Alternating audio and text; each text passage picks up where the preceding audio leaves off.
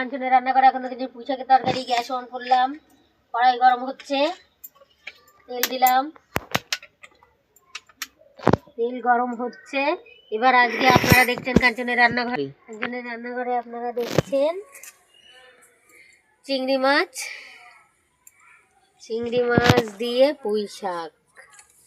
চিংড়ি মাছ দিয়ে পুঁই শাক, তাতে লাগছে আমি এই যে সর্ষেটা বেটে নিয়েছি, সর্ষে আর কাঁচা লঙ্কা বেটে নিয়েছি, ফোড়নে দিচ্ছি। এবার কড়াই তেল গরম হয়ে গেছে, ফোড়নে দিচ্ছি কালো জিরে এবং একটা শুকনো লঙ্কা, আর লাগছে নুন, চিনি, হলুদ।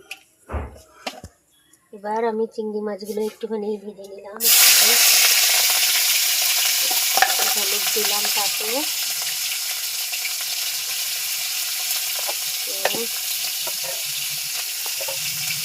দিলাম,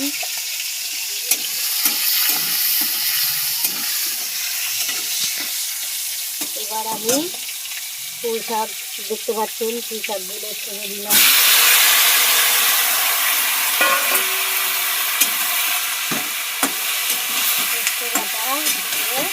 পুঁই শাক।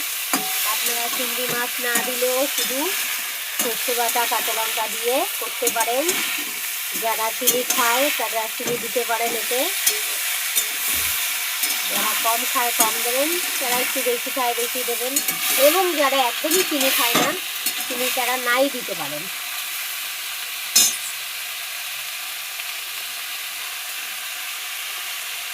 এবার হলুদ দিচ্ছি,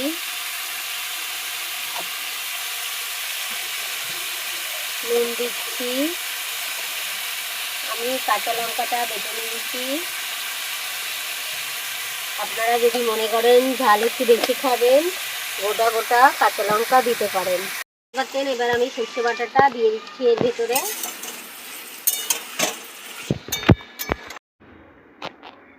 হ্যালো বন্ধুরা, দেখছেন তরকারিটা হয়ে গেছে, এতে আমি একটু কাঁচা তেল দিলাম। এবার একটু চিনি দিয়ে নামিয়ে দেবো। আপনারা দেখতে পাচ্ছেন চিনি দিয়ে আমি নামিয়ে দিলাম।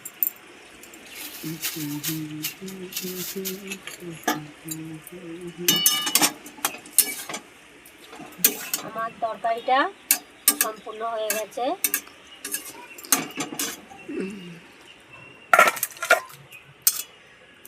চিংড়ি মাছ পুঁই শাক দিয়ে সর্ষে বাটা দিয়ে তরকারি আপনারা দেখতে পাচ্ছেন।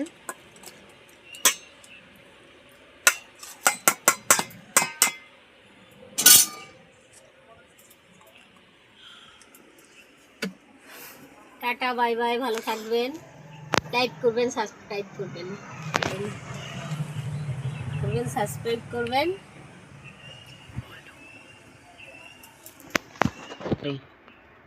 ফলো করবেন।